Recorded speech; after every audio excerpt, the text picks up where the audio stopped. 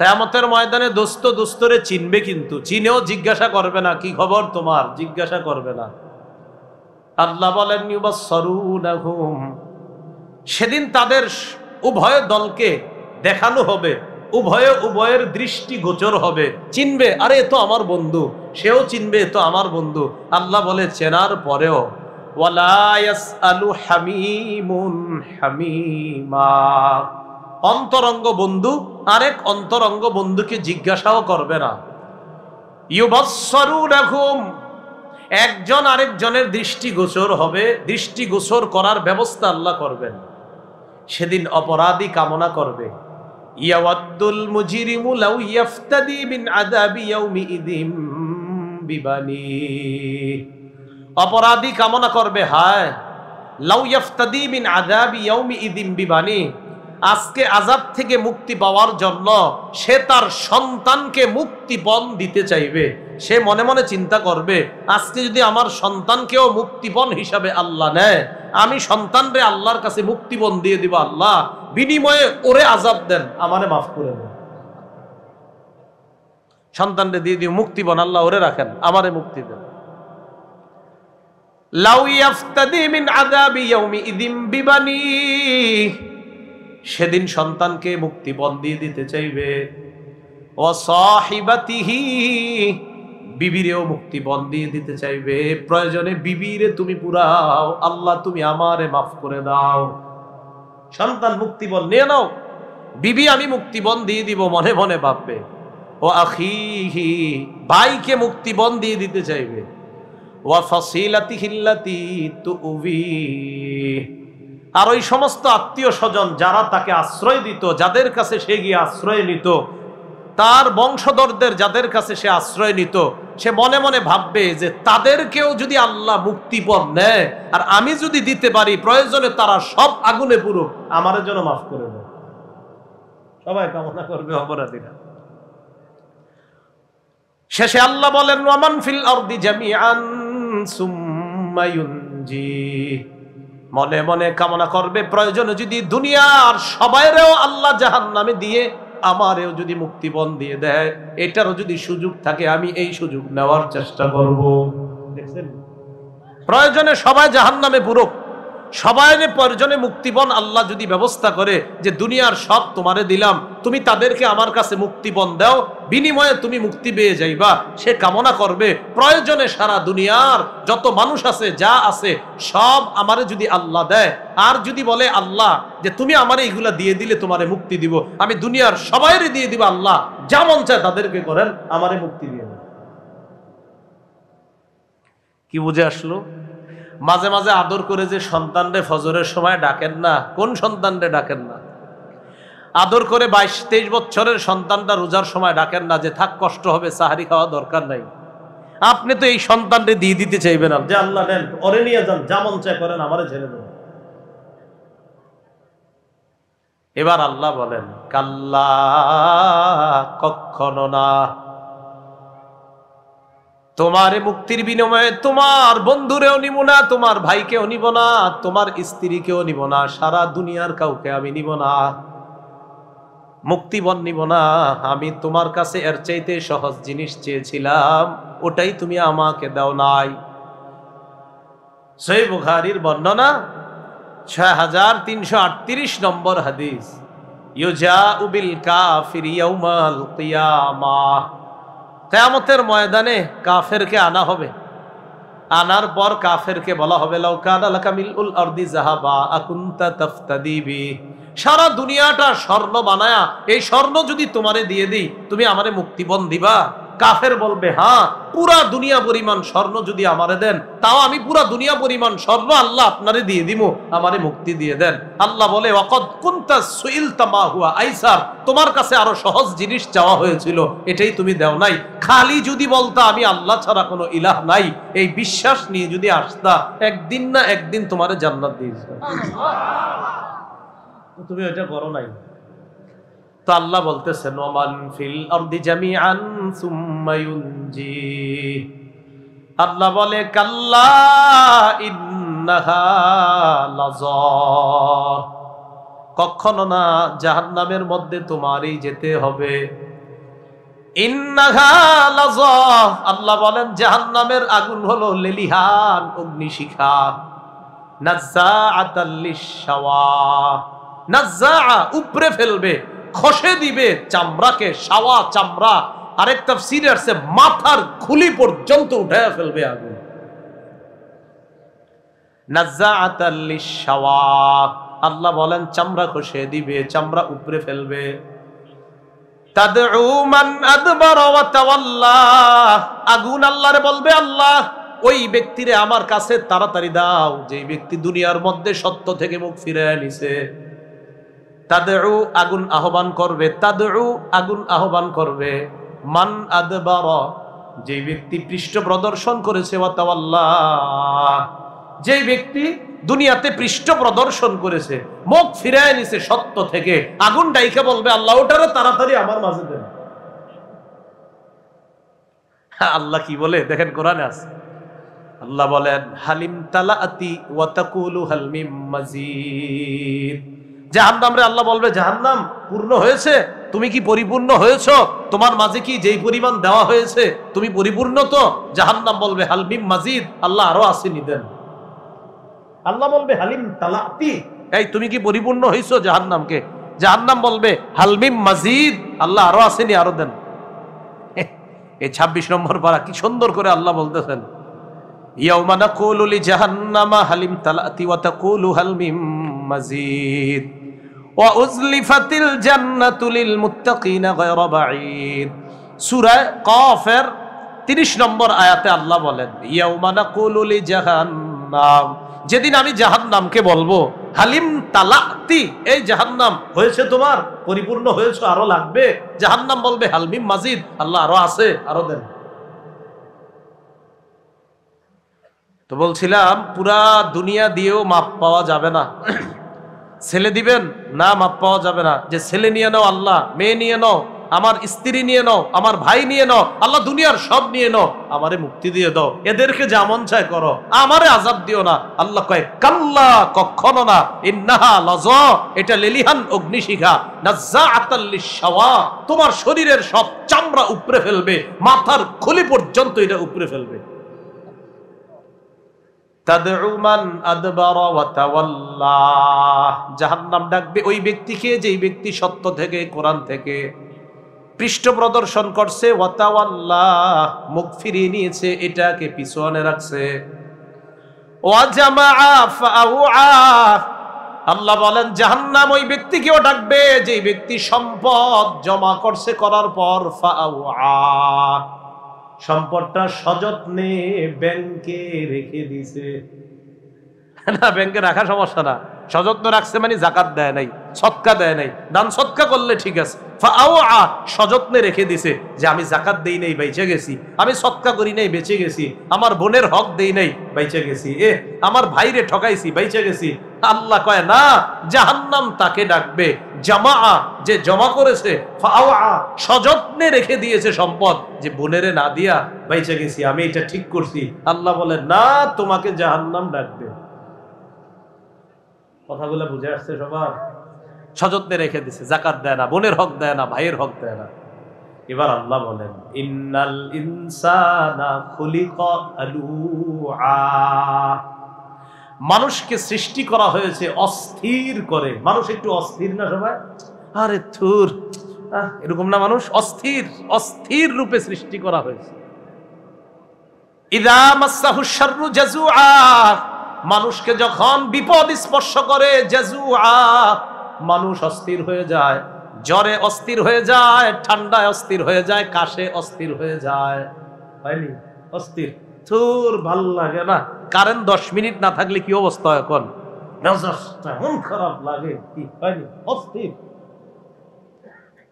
ইযা মাসসাহু শাররু জাযুআ, কয় বিপদ তার স্পর্শ করলে জাযুআ, সে অস্থির হয়ে যায়। ওয়া ইযা মাসসাহুল খায়রু মানুআ, আর যদি কল্যাণ তাকে স্পর্শ করে, টাকা পয়সা যদি তার কাছে আসে, মানুআ, তখন সে কি প্রণতা করে, কয় যাক আলহামদুলিল্লাহ খুব ভালো আছি। অথচ যখন একটু খারাপ অবস্থা, অস্থির, থুর, আমার এটা হয় না কা, ওটা হয় না কা। আল্লাহ কয় যেই তার এটা হয়, ওটা হয়, মানুআ, অমনি সে কৃপণ হয়ে যায়। তবে এবার সুন্দর করে আল্লাহ বলতেছে ইল্লাল মুসাল্লিন আল্লাযীনা হুম আলা সালাতিহিম দাঈমুন। প্রকৃত নামাজি যারা, তারা এই জাতীয় হয় না, তারা কৃপণতা করে না। প্রকৃত নামাজি যদি সম্পদশালী হয়, সে তার সম্পদের হক যথাযথভাবে আদায় করে।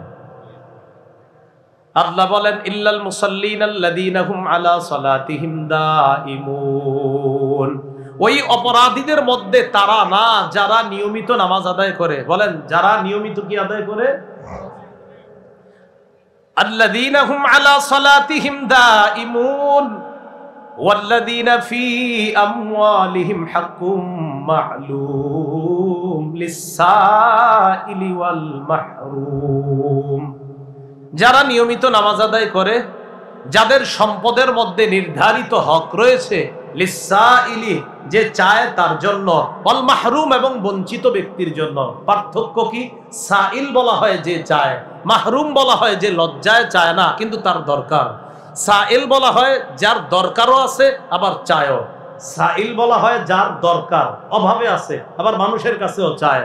মাহরুম বলা হয় যে অভাবে আছে কিন্তু চায় না, লজ্জায় কাউরে বলে না। টাকাওয়ালাদের উচিত তাদেরকে খুঁজে খুঁজে বের করে চুপে চুপে তাদেরকে সহযোগিতা করে। তো আল্লাহ বলছেন ইল্লাল মুসাল্লিন আল্লাযীনা হুম আলা সালাতিহিম দাঈমুন ওয়াল্লাযীনা ফী আমওয়ালিহিম হাক্কুম মা'লুমুল লিস-সাইলি ওয়াল মাহরুম। তাদের সম্পদের মধ্যে নির্ধারিত হক আছে, যারা চায় তাদের জন্য, যারা বঞ্চিত তাদের জন্য। বঞ্চিত কারা? যারা লজ্জায় চাইতে পারে না। আপনার ভাই অনেক অভাবের মধ্যে আছে, সেটা আপনিও বুঝতেছেন, আপনি তাকে বুঝতে না দিয়ে কিছু টাকা পয়সা হাদিয়া বলে দিয়ে দেন। প্রয়োজনে এটা যদি জাকাতেরও টাকা হয়, আর ভাই যদি জাকাত খাওয়ার যোগ্য হয়, ভাইকে বলেন নেন ভাইজান হাদিয়া, আপনি চলেন, সন্তানাদি ভাতিজা ভাতিজিদেরকে নিয়ে চলেন। কিন্তু আপনার মনে মনে নিয়ত জাকাত, বাইরে বলছেন হাদিয়া, আল্লাহ ডাবল সওয়াব দান করবেন। ওয়াল্লাযীনা ইউসাদ্দিকুনা বিয়াউমিদ্দিন, যারা কর্মফলকে বিশ্বাস করে, আখিরাতকে যারা বিশ্বাস করে, কর্মফলকে যারা বিশ্বাস করে। ওয়াল্লাযীনা ইউসাদ্দিকুনা বিয়াউমিদ্দিন ওয়াল্লাযীনা হুম মিন আযাবি রাব্বিহিম মুশফিকুন, যারা তার রবের আযাবের ব্যাপারে ভীত সন্ত্রস্ত। আমাদের রব আযাব দিতে পারেন, এটা বিশ্বাস আমাদের আছে, কিন্তু আমাদের ভয় আছে, আল্লাহ না জানি আপনার আযাব আমার উপরে এসে যায়, এই ভয় আছে আমাদের। ইন্না আযাবা রাব্বিহিম গায়রু মা'মুন, আল্লাহ বলেন তাদের রবের আযাব হলো এমন যে আযাব থেকে নিশ্চিত হওয়া যায় না, নিরাপদ থাকা যায় না। এজন্য এটাকে বলা হয় ঈমান। আল্লাহ আমরা তো আশা রাখি আপনি আমাদেরকে মাফ করবেন, আবার ভয় হয় না জানি আযাব দিয়ে ফেলেন। আশা করি মাফ করবেন, ভয় হয় না জানি আপনার আযাবের মধ্যে ধরা পড়ে যাই। বুঝে আসছে সবার? তো নামাজি যারা, তারা তাদের হক আদায় করে, সম্পদের হক আদায় করে, তারা এটা বিশ্বাস করে যে রব আযাব দিতে পারেন, এই ভয়ও তারা করে। এরপরে আল্লাহ পাক রব্বুল আলামিন বলেন ইন্না আযাবা রাব্বিহিম গায়রু মা'মুন ওয়াল্লাযীনা হুম লিফুরুজিহিম হাফিজুন, যারা তাদের লজ্জাস্থানকে হেফাজত করে, ইল্লা আলা আজওয়াজিহিম আও মা মালাকাত আইমানুহুম ফাইন্নাহুম গায়রু মালুমিন। স্ত্রী ছাড়া, আর একটা যুগে আপনার দাসদাসীর প্রথা ছিল, তো স্ত্রী এবং যাদের সাথে আপনার সম্পর্ক করা বৈধ, তারা ছাড়া অন্য কারো থেকে যারা নিজেদের লজ্জাস্থানকে হেফাজত করে, ফাইন্নাহুম গায়রু মালুমিন, তারা নিন্দিত হবে না, তারা তিরস্কৃত হবে না। তো যাই হোক, নামাজিদের এখানে আরেকটা গুণ, যারা আল্লাহর আযাবে পড়বে না, যারা তাদের লজ্জাস্থানকে হেফাজত করে। লজ্জাস্থান কোনো গুনাহের মধ্যে যারা লাগায় না। আল্লাহ আমাদের সকলের লজ্জাস্থান যেন আমরা সর্বপ্রকার গুনাহ থেকে হেফাজত করতে পারি, আল্লাহ তৌফিক দান করেন। فَمَنِ ابْتَغَى وَرَاءَ ذَلِكَ فَأُولَئِكَ هُمُ الْعَادُونَ। আল্লাহ বলেন স্ত্রী ছাড়া কেউ যদি অন্য কোথাও তার লজ্জাস্থান ব্যবহার করার নিয়ত করে, আশা করে, কামনা করে, বা অন্য কোথাও সে কোন খারাপ কাজ করার চেষ্টা চালায়, আল্লাহ বলেন তারা সীমা লঙ্ঘনকারী। বলেন তারা কি? قال رسول الله صلى الله عليه وسلم, আল্লাহ নবী বলেন আল আইনানি তাজনিয়ান, দুই চোখ জিনা করে। বলেন দুই চোখ, ফাজিনাহুমা আন্নাস, দুই চোখের জিনা হলো দেখা। ওয়াজিনাল লিসান আল মানতিক, জিহ্বার জিনা হলো কথা বলা। ওয়াজিনাল ইয়াদ আল বাত, হাতের জিনা হলো স্পর্শ করা। তাহলে চোখের জিনা দেখা, জিহ্বার জিনা কথা বলা, হাতের জিনা স্পর্শ করা। আপনি রাতের বেলা ঘন্টার পর ঘন্টা যার সাথে কথা বলা আপনার বৈধ নয়, হারাম, তার সাথে আপনি যে এতক্ষণ কথা বললেন, এতে আপনার কানের জিনা হচ্ছে, জিহ্বার জিনা হচ্ছে। পাশাপাশি রাসূল বলেন ওয়ান নাফসু তামান্না ওয়া তাশতাহি, অন্তর কল্পনা করে, এটা অন্তরের জিনা। তাহলে স্ত্রী ছাড়া কেউ অন্য কোথাও অবৈধ পন্থায় যদি অন্য কাউকে কামনা করে বা অন্য কোথাও তার লজ্জাস্থান ব্যবহার করে, এটা সীমা লঙ্ঘন। বলেন সবাই, কি সীমা লঙ্ঘন?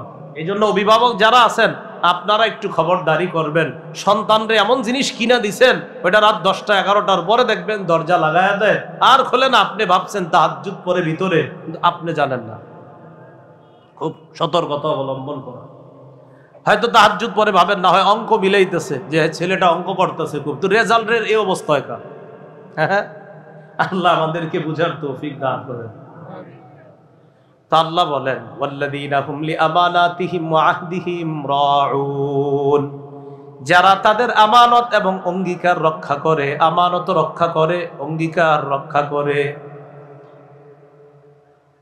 ওয়াল্লাযীনা হুম বিশাহাদাতিহিম কায়িমুন, যারা ন্যায়ের পক্ষে সাক্ষ্য নিয়ে উপস্থিত হয়ে যায়, ইনসাফের পক্ষে যারা সাক্ষী দেয়। বলেন এটা কিসের পক্ষে? ইনসাফ, যারা ইনসাফের পক্ষে সাক্ষী দেয়। ওয়াল্লাযীনা হুম বিশাহাদাতিহিম কায়িমুন, যারা ইনসাফের পক্ষে সাক্ষী দেয়। ওয়াল্লাযীনা হুম আলা সালাতিহিম ইউহাফিজুন। এই কথাটার আলোচনা করার জন্য এই সবগুলো কইতেছি। শেষে যেটা কইলাম ওয়াল্লাযীনা হুম আলা সালাতিহিম ইউহাফিজুন, যারা তাদের নামাজগুলা আদায়ে যত্নবান হয়। নামাজ আদায়ে কি হয়? বলেন সবাই, কি হয়? যত্নবান। কথার কথা, আজকে আপনাদের মাহফিলে আসলাম, এখন এশার নামাজ আছে, এর আগে ছিল মাগরিবের নামাজ। এখন যারা ভলান্টিয়ার ছিলেন আপনারা, আমি বলছি না নাউজুবিল্লাহ, কথার কথা, ভলান্টিয়ার ভাইদের জন্য এমন না হয় যে হুজুররে রিসিভ করার টেনশনে আজকে মাগরিবও করি না, এশাও করি না। কথার কথা, এটা এরকম হয় যে না। বুঝাইলাম আর কি, যে নামাজের প্রতি যত্নবান মানে কি। কেন আপনার আগামীকাল আমি প্রশ্ন করলাম, আচ্ছা গতকালকে মাগরিব এশা পড়েছেন, হুজুররে রিসিভ করতে গিয়া মাগরিব আর এশা পড়তে ভুলে গেছে। হ্যাঁ, তা আপনি তো নামাজের প্রতি যত্নবান হলেন না। হুজুর পরে নামাজ আগে, হ্যাঁ, পুরা দুনিয়া পিছনে নামাজ আগে, আপনি কি করলেন? পাপ ছেড়ে দেওয়ার 15টি উপায় আপনাদের সামনে আলোচনা করব। কয়টি? যদিও 70টার বেশি আছে উপায়, আজকে বর্ণনা শুনেন। 1 নাম্বার উপায় তওবা করা। বলেন খালেস তওবা, খাঁটি তওবা। এই তওবাকে বলা হয়, বলেন এই তওবাকে বলা হয় তাওবাতুন নাসুহা। তাহলে এই তওবাটাকে কি বলা হয়? তওবায়ে নাসুহা।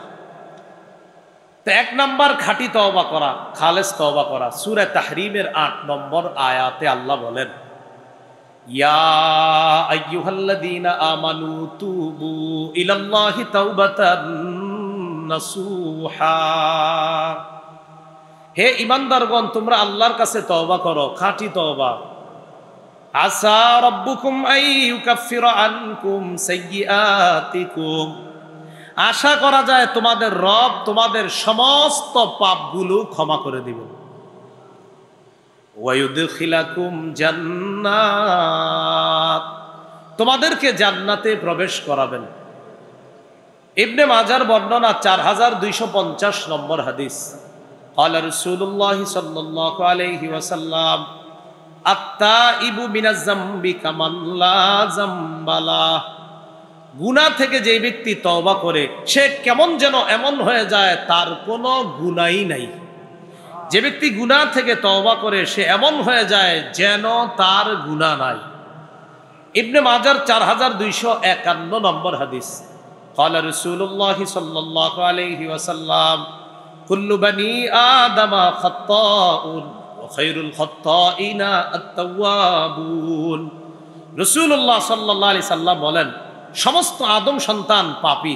এই পাপীদের মধ্যে তারাই দামি, তারাই শ্রেষ্ঠ যারা তওবাকারী। আদম সন্তান পাপ করবে, এই পাপ করে যারা, তাদের মাঝে তারা দামি, তারা শ্রেষ্ঠ যারা পাপ করার পর তওবা করে। বাদশা হারুনুর রশিদ কাবা ঘরের পাশে দাঁড়ায় বলতেন, আল্লাহুম্মা আনা আনা ওয়া আনতা আনতা। নফাতুল আরবে আছে ঘটনাটা দেখবেন, না আল্লাহুম্মা আনা আনা ওয়া আনতা আনতা। বাদশা হারুনুর রশিদ বলতেন, আল্লাহ আমি আমি, তুমি তুমি। কানতেন, প্রচুর কানতেন, আর বলতেন আল্লাহ আমি আমি, তুমি তুমি। তাই মানে কি? মানে হলো আনাল আওয়াদু বিয-যামবি ওয়া আনতাল আওয়াদু বিল মাগফিরা। আল্লাহ আমি তো বারবার গুনাহ করি, আর তুমি কত মহান, বারবার মাফ করে দাও। তাহলে গুনাহ থেকে তওবা করব, পাপ থেকে তওবা করব। আদম সন্তানের মধ্যে তারা দামি যারা পাপ থেকে তওবা করে। আল্লাহ আমাদের সকলকে বেশি থেকে বেশি তওবা করার তৌফিক দান করুন। আপনি যদি মনে করেন হুজুর আমার একটা গুনাহও নাই, তাও পড়বেন আস্তাগফিরুল্লাহ ওয়া আতুবু ইলাইহি, তাও আপনি তওবা করবেন। যদি মনে করেন যে আমার একটা গুনাহও নাই, তাও তওবা করবেন। এটাই শিক্ষা আমাদের জন্য। আমাদের নবীর আগে পরে কোনো গুনাহ নাই। আমাদের নবীও 100 বার কোনো বর্ণনায় 70 বার ইস্তেগফার এবং তওবা করতেন আল্লাহর জন্য। ইবনে মাজার 4253 নম্বর হাদিস, ক্বালা রাসূলুল্লাহ সাল্লাল্লাহু আলাইহি ওয়াসাল্লাম, ইন্নাল্লাহা লা ইয়াকবালু তাওবাতাল আবদি মা লাম ইউগারগির। আল্লাহ বান্দার তওবা ততক্ষণ কবুল করেন যতক্ষণ তার প্রাণ কণ্ঠাগত না হবে। যতক্ষণ তার প্রাণ কণ্ঠাগত না হবে, মানে প্রাণটা বের হবে হবে, এখানে আসতেছে কণ্ঠনালী, এই পর্যন্ত আসার আগ পর্যন্ত তার তওবা কবুল করে। তো আপনারা তো অনেকে শিওর যে হুজুর আমার এখানে আসলে এরপরে তওবা করুন, কারণ আপনি তো জানেন অমুক দিন আপনারা আসবে, এরপরে তওবা করবেন নাকি? বিষয়টা এমন না। বিষয়টা তওবার গুরুত্ব রাসূল বুঝাইতেছে যে এই পর্যন্ত কণ্ঠাগত হওয়ার আগেও যদি কেউ তওবা করার সুযোগ পায় আর তওবা করে, তার তওবা কবুল হয়ে যাবে। কিন্তু আমি আপনি তো জানি না কখন আমাদের প্রাণটা এখানে আসবে, তাই এখনই এই মুহূর্তে মনে মনে সবাই তওবা করে নেন। তিরমিজির বর্ণনা 3538 নম্বর হাদিস। এই হাদিসের মধ্যে আসছে, ক্বালা রাসূলুল্লাহ সাল্লাল্লাহু আলাইহি ওয়াসাল্লাম, লাল্লাহু আফরাহু বিতাওবাতি আহাদিকুম মিন আহাদিকুম বিদাল্লাতিহি ইযা ওয়াজাদাহা। তিরমিজিতে হাদিসটা শর্টে আসছে, মুসলিমে হাদিসটা এই বড়। তো মুসলিমের লম্বা অংশ, হাদিসটা একটু সহজে শুনেন। এক ব্যক্তি সফরে বের হইছে, সফরে তার সাথে বাহন আছে, বাহনের মধ্যে তার খানা পানি আছে, সফরের পাথেও আছে, টাকা পয়সা যা দরকার। তো ওই যুগের টাকা পয়সা যা বুঝায় তা আছে তার সাথে, অর্থাৎ সফরে যাইতে তার খরচাদির জন্য স্বর্ণ রূপা দিনার দিরহাম যা দরকার তা আছে তার কাছে। বের হওয়ার পর এক জায়গায় গেছে, যাওয়ার পর হঠাৎ ক্লান্তি আসছে তার, শরীর ক্লান্ত হওয়ার পর এক জায়গায় বসছে, বসার পর তার চোখে হঠাৎ ঘুম আসছে, ঘুমায় গেছে। ঘুম থেকে উঠছে, ওঠার পর দেখে তার বাহন নাই, তার খানা নাই, তার পানি নাই, কিচ্ছু নাই, সব শেষ। টেনশনে বইরা গেছে, কি করবো? বাসায় ফিরে যাবো না, বাসায় ফিরে গেলেও মারা যাবো। তাহলে যেখানে যাবো সেখানে রওনা করবো না, সেখানে গেলেও মারা যাবো, কারণ আমার তো সফরের পাথেও নাই। বাহন না থাক, খানা পিনা থাকলেও হইতো একটা, কিন্তু খানা পানিও তো নাই আমার কাছে। তো কি করছে, উনি নিয়ত করে ফেলছে, যাক মরণ আসলে এখানেই হবে, বসে থাকি। তো সেখানে বসে রয়েছে, উনি মারা যাবে, তো ওই জায়গায় অপেক্ষা করতেছে, খানা পানির অভাবে একসময় মারা যাবে। তো অপেক্ষা করতে করতে আবার ঘুমায় গেছে। ঘুম থেকে আবার হঠাৎ উঠা দেখে তার বাহন, তার খানা পানি উপস্থিত হয়ে গেছে। হাদিসে আসছে ওই লোকটা বিশিদ্দাতিল ফারহি আসছে, বিশিদ্দাতিল ফারহি, খুশির অতিশয্যে। এটা হলো সুন্দর বাংলা। আমাদের কুমিল্লার ভাষায় যদি বলি খুশির ঠেলায়, সুন্দর বাংলা হলো বিশিদ্দাতিল ফারহি। তো যেহেতু আমরা এখন কুমিল্লা আলোচনাটা চলতেছে, আমরা এটা বলি খুশির ঠেলায়। তো উনি খুশির ঠেলায় বলে ফেলতেছে, আল্লাহুম্মা আনতা আবদি ওয়া আনা রব্বুক। আল্লাহ তুমি হলো আমার গোলাম, আমি তোমার রব। বুঝেন না এখন? হ্যাঁ, আল্লাহ তুমি আমার বান্দা, আমি তোমার রব। হ্যাঁ, কিন্তু মাথা ঠিক নাই যে কি কইছে। আসলে উনি বুঝাইতে যেছে আল্লাহ আপনি আমার রব আর আমি আপনার বান্দা, কিন্তু খুশির কারণে মুখ দিয়ে বইলা ফেলতেছে আল্লাহ আপনি আমার বান্দা, আমি আপনার রব। আসলে কিন্তু এটা ওর মনের কথা না, এটা মুখ দিয়ে যে বলছে হে জানেও না।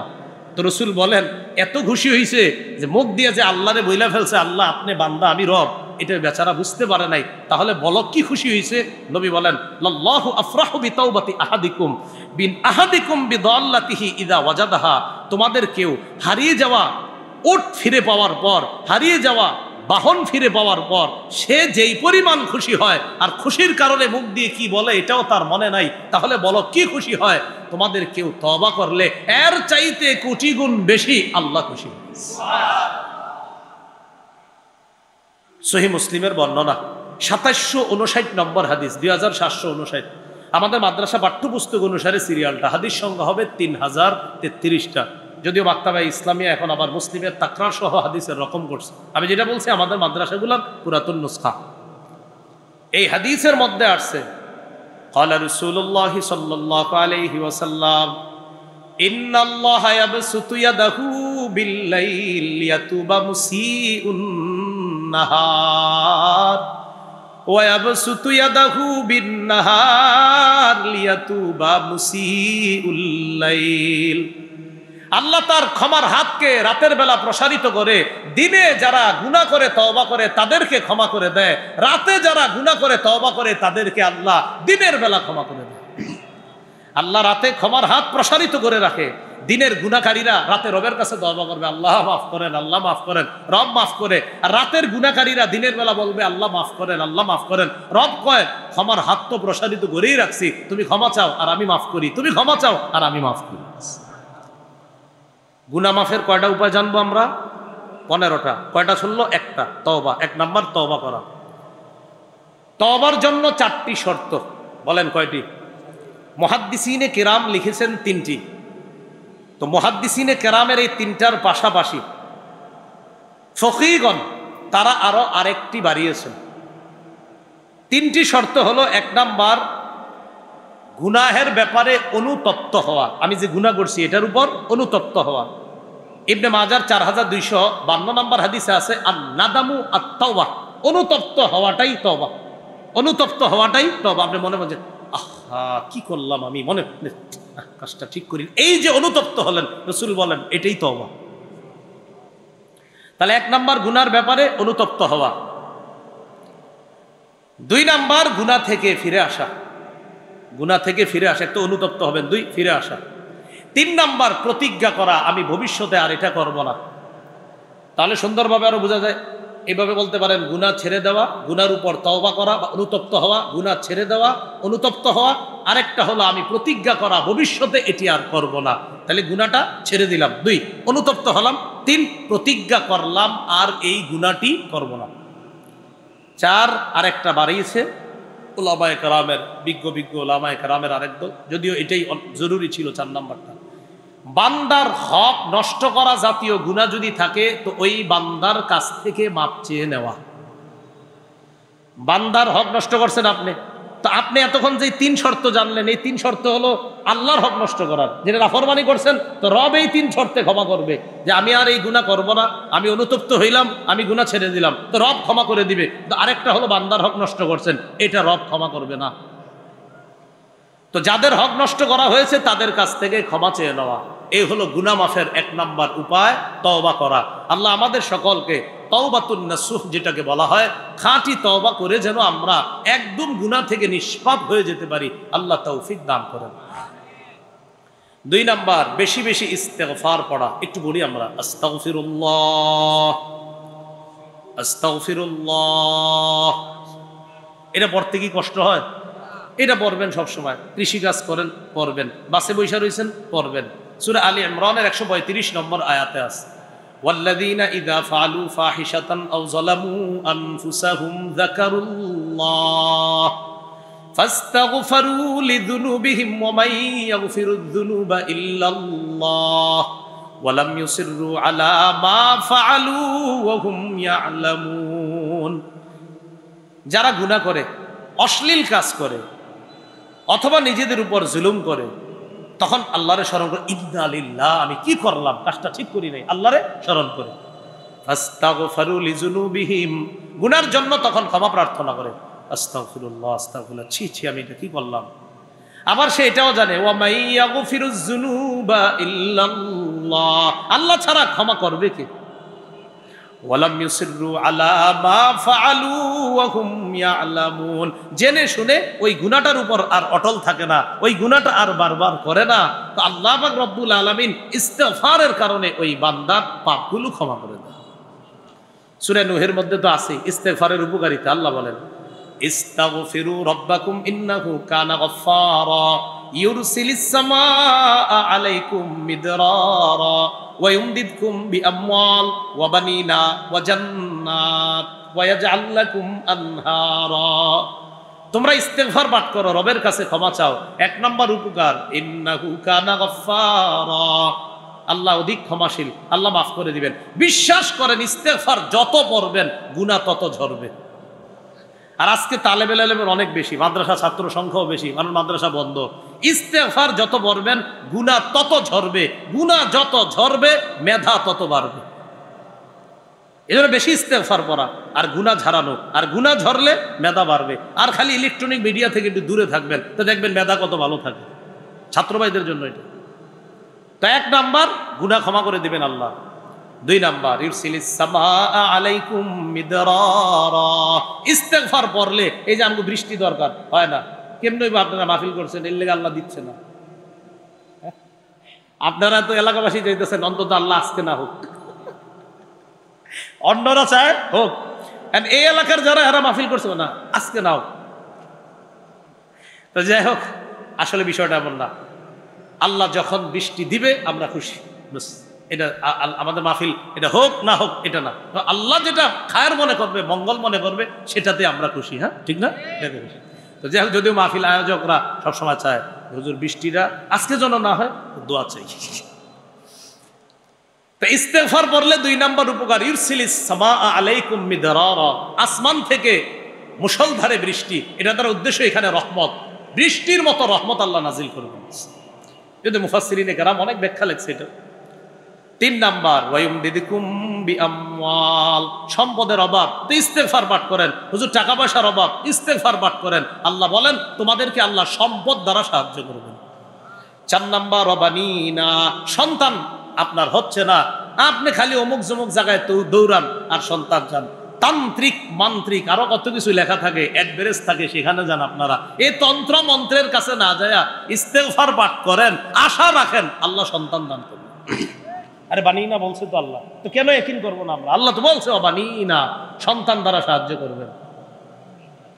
ওয়াজআল লাকুম জান্নাত, যাদের ক্ষেত খামার আছে, কৃষি কাজ করেন, তো এরা কিন্তু ক্ষেতের পাগল, জমির পাগল। আপনাদের জমি জমা দরকার হালাল ভাবে, ইস্তিগফার বেশি পাঠ করেন। আল্লাহ পাক রব্বুল আলামিন জান্নাত, জান্নাত বাগান, উদ্যানের মালিক বানায় দিবেন।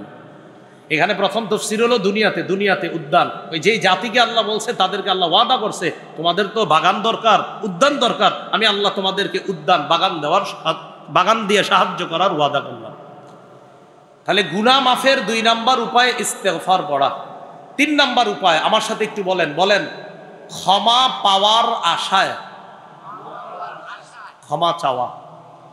সুন্দরভাবে আবার মনে রাখবেন, বলেন, ক্ষমা পাওয়ার আশায় ক্ষমা চাওয়া। সহিহ তিরমিজির বর্ণনা 3540 নম্বর হাদিস। আল্লাহ পাক রব্বুল আলামিন হাদিসে কুদসির মধ্যে বলেন, ইয়া আদম ইন্নাকা মা দাউতানি ওয়া রাজাউতানি গফারতু লাকা আলা মা কানা ফিকা ওয়ালা উবালি।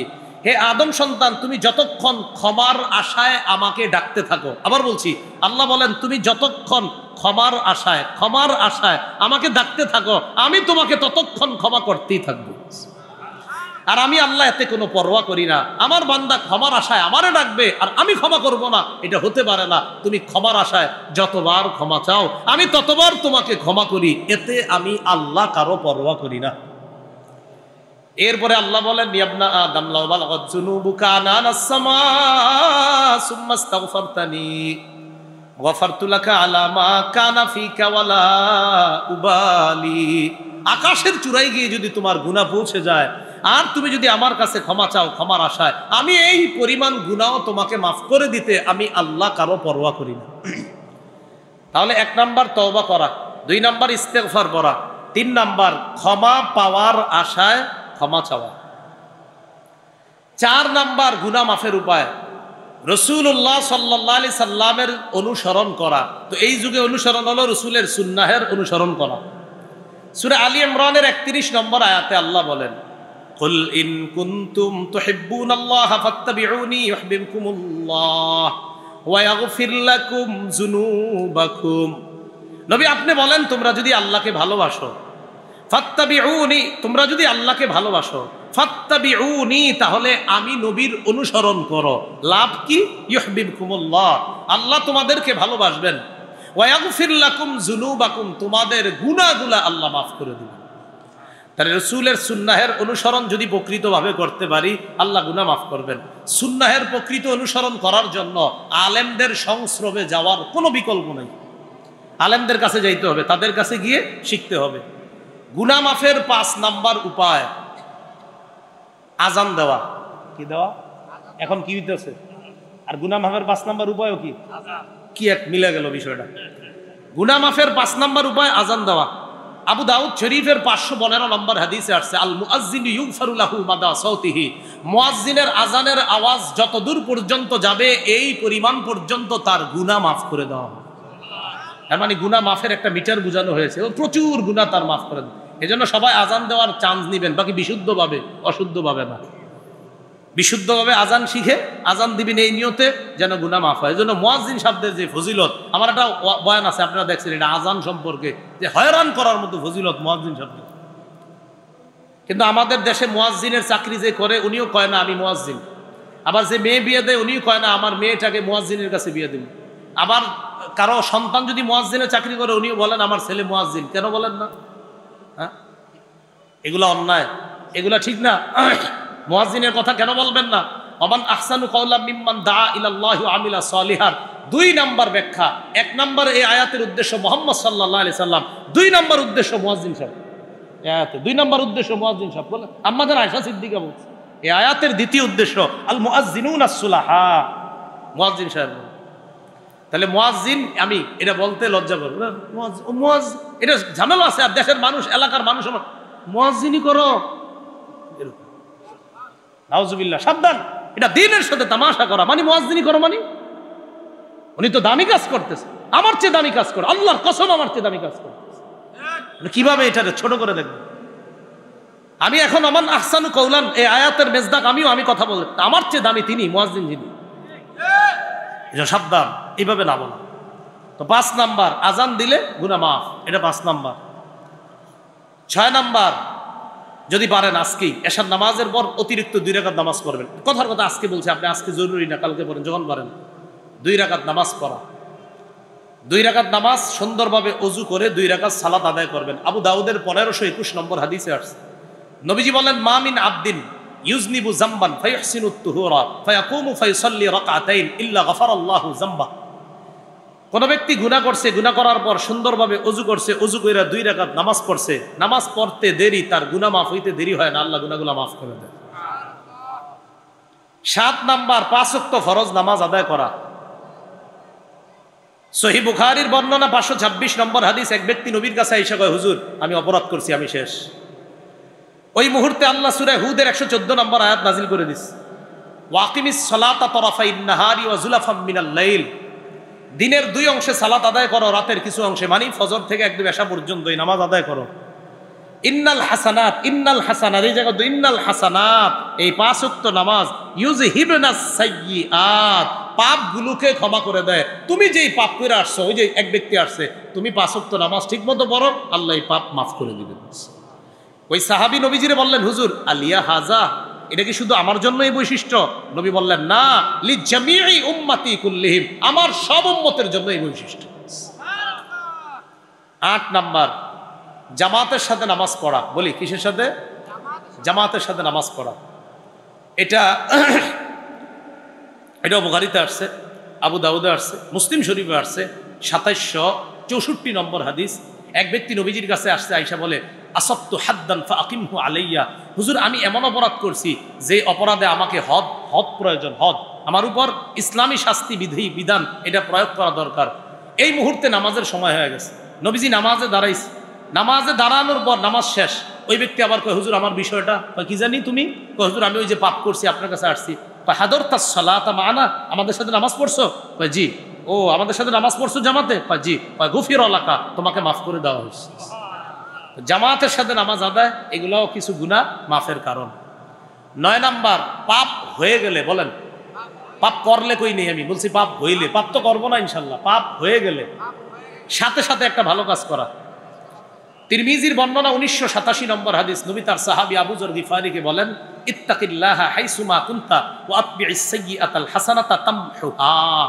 আবু যর, যেখানে থাকো আল্লাহকে ভয় করো, খারাপ হয়ে গেলে সাথে সাথে একটা ভালো কাজ করবা, তোমার ভালো কাজটা ওই খারাপ কাজকে মিটাইয়া দিবে। কয় নাম্বার গেল? 8 না 9 গেল। 10 নাম্বার, জিকিরের মজলিসে বলা। একবার সুবহানাল্লাহ বলেন। আপনারা এখন বসা জিকিরের মজলিসে, সুবহানাল্লাহ। জিকিরের মজলিসে বসলেও গুনাহ মাফ। সহিহ বুখারী 6408 নম্বর হাদিস, লম্বা হাদিস। আমাদের এই পুরা মজলিসকে ফেরেশতারা বেষ্টন করে প্রথম আসমান পর্যন্ত চলে গেছে। আল্লাহ তাদেরকে লম্বা প্রশ্ন করে, সর্বশেষ আল্লাহ বলে, ইশহাদু আন্নী কদ গফরতু লাহুম, সাক্ষী থাকো আমি তাদেরকে মাফ করে দিলাম। 11 নাম্বার, বেশি বেশি জিকির করা। কি করা? জিকির করলেও গুনাহ মাফ। যেমন সহিহ বুখারী একটা বর্ণনা আসছে 6405 নম্বর হাদিস, মান ক্বালা ফিল ইয়াউমি মিআতা মাররা সুবহানাল্লাহি ওয়া বিহামদি, কেউ যদি দিনের বেলা 100 বার বলে সুবহানাল্লাহি ওয়া বিহামদি, সুবহানাল্লাহি ওয়া বিহামদি, সুবহানাল্লাহি ওয়া বিহামদি, বাস একটু 100 বার পরে, হুত্তাত খাতায়াহু ওয়া ইন কানাত মিসলা জাবাদিল বাহরি, সমুদ্রের ফেনা পরিমাণ গুনাহ আল্লাহ মাফ করে দিবেন। কত গেল? 11। 12 নাম্বার, বলেন হিম্মত করা। এটা বেশি জরুরি। বলেন হিম্মত করা। হিম্মত, আমি গুনাহ করব না, না না করব না, না না আমি করব না, না আমি করব না। হিম্মত করা, হিম্মত আপনারে আগায়া দিবে। সহিহ মুসলিমে আসছে, আল মুমিনুল কবিয়্যু খায়রুন ওয়া আহাব্বু ইলাল্লাহ মিনাল মুমিনিদ দাঈফ। তিনি কষ্ট করে গুনাহ করে না, হিম্মত করে গুনাহ করে না, কিন্তু আমি খালি গুনাহ করি, আমি দুর্বল মুমিন, তিনি শক্তিশালী মুমিন। রাসূল বলেন, শক্তিশালী ঈমানদার আল্লাহর কাছে দুর্বল ঈমানদারের চাইতে দামি। 13 নাম্বার, নিয়ত করা। বলেন এই নিয়ত করা। বলেন একটু, এই নিয়ত করা। আবার এই নিয়ত করা, গুনাহের সুযোগ আসলেও গুনাহ করব না। মানে গুনাহের সুযোগ একটা হলো আপনি নিয়ত করছেন করব না, এই কিছু আছে আপনার অটো নিয়ত। অটো নিয়ত বুঝেননি? জি ইনশাল্লাহ, জি ইনশাল্লাহ, মানে এটা অটো, মানে হুদায় একটা নিয়ত করছে, জি হুজুর ইনশাল্লাহ, এটা একটা তামাশা নিয়ত। নিয়তটা এরকম যে, না হুজুর নিয়ত করতেছি যে গুনাহের সুযোগ আসলেও গুনাহ, এটা হলাম না, জি জি ইনশাল্লাহ ইনশাল্লাহ, মানে এটা একটা হয়ে গেছে কেমন জানি, মানে উনি এটা বুঝে যে না এটা কইলাম আর কি, এরকম না। সুন্দরভাবে নিয়ত করা, গুনাহের সুযোগ আসলেও গুনাহ করব না, এটা পাক্কা নিয়ত করা। এখন মুসলমান একদম ঢালাও ভাবে বলে ফেলে, হ্যাঁ ঠিক আছে ঠিক আছে ঠিক আছে, এরকম না। নিয়ত করা পাক্কা বলে। মান হাম্মা বি হাসানা, কেউ যদি একটা ভালো কাজের নিয়ত করে, ফালাম ইয়ামালহা, কিন্তু কাজটা করে নাই, কাতাবাহাল্লাহু লাহু ইনদাহু হাসানাতান কামিলা, আল্লাহ তার আমল নামায় একটা সওয়াব দেয়। এই সওয়াবটা যদি সে ওই আমল নামাটা করে নাই, তাই 1 সওয়াব, যদি করে তাহলে আল্লাহ 1 থেকে 10 পর্যন্ত বাড়ায় দেয়। কেউ আরো বেশি লেখছে। অমান হাম্মা বিসাইয়্যা, কেউ যদি গুনাহের নিয়ত করে, ফালাম ইয়ামালহা, গুনাহের নিয়ত করার পর সুযোগ আসার পরে গুনাহটা করে নাই, আল্লাহ তাকেও পরিপূর্ণ একটা সওয়াব লিপিবদ্ধ করে দেয়। 14 নাম্বার, একটু বলেন আমার সাথে, পাপ ছেড়ে দেওয়ার উপকারিতা জেনে পাপ ছেড়ে দেওয়া, মানে পাপ ছাড়ার উপকারিতা জানবো, যাই না পাপটা ছেড়ে দেওয়া। সূরা নাজিয়াতের মধ্যে আছে, ওয়া আম্মা মান খাফা মাকামা রাব্বিহি ওয়া নাহান নাফসা আনিল হাওয়া, যে ব্যক্তি তার রবের সামনে দাঁড়ানোর ভয় করে, কুপ্রবৃত্তির অনুসরণ থেকে বিরত থাকে, ফাইন্নাল জান্নাতা হিয়াল মাওয়া, জান্নাত হলো তার ঠিকানা। সুবহানাল্লাহ। আল্লাহর সামনে দাঁড়ানোর ভয়, তাই ওয়া নাহান নাফসা আনিল হাওয়া, কুপ্রবৃত্তি থেকে নফসকে বিরত রাখে, হেফাজত করে, তার ঠিকানা জান্নাত।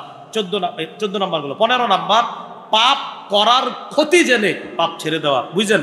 14 নাম্বারটা বলছি পাপ ছাড়ার উপকারিতা জেনে পাপ ছেড়ে দেওয়া, আর 15 নাম্বারটা পাপ করার পাপ করার ক্ষতি জেনে পাপ ছাড়া। ওটা গেল ছাড়ার উপকারিতা জেনে ছাড়া, আর এটা হলো পাপ করার ক্ষতি জেনে পাপ ছাড়া। সূরা হাসরে 19 নম্বর আয়াত, ইয়া আইয়ুহাল্লাযীনা আমানুত্তাকুল্লাহ ওয়াল তানজুর নাফসুম মা কদ্দামাত লিগাদ, হে ঈমানদাররা তোমরা আল্লাহকে ভয় করো, ওয়াল তানজুর নাফসুম মা কদ্দামাত লিগাদ, প্রত্যেকে যেন আগামীকালের জন্য চিন্তা করে সে কি পাঠাইছে। এই টেনশনে পাপগুলা ছেড়ে দেওয়ার চেষ্টা করা। 15টা ছেড়ে দেওয়ার কারণ জানলাম, আর পাপের কথা জানলাম। ও আচ্ছা আচ্ছা ঠিক আছে। আল্লাহ আমাদের সকলকে পাপ মুক্তভাবে যেন আমরা আমাদের জীবনটা গঠন করতে পারি তৌফিক দান। এটা ঘোষণা দেওয়ার জন্য বলা হয়েছে। আমার সংকলন করা মিম্বরের আমানত যারা অনলাইন থেকে সংগ্রহ করেছেন আলহামদুলিল্লাহ, যারা সংগ্রহ করতে পারেন নাই তারা ওই গাড়ি থেকে গাড়ির কাজ না ভাঙিয়া সংগ্রহ করতে পারেন। হ্যাঁ, গাড়ির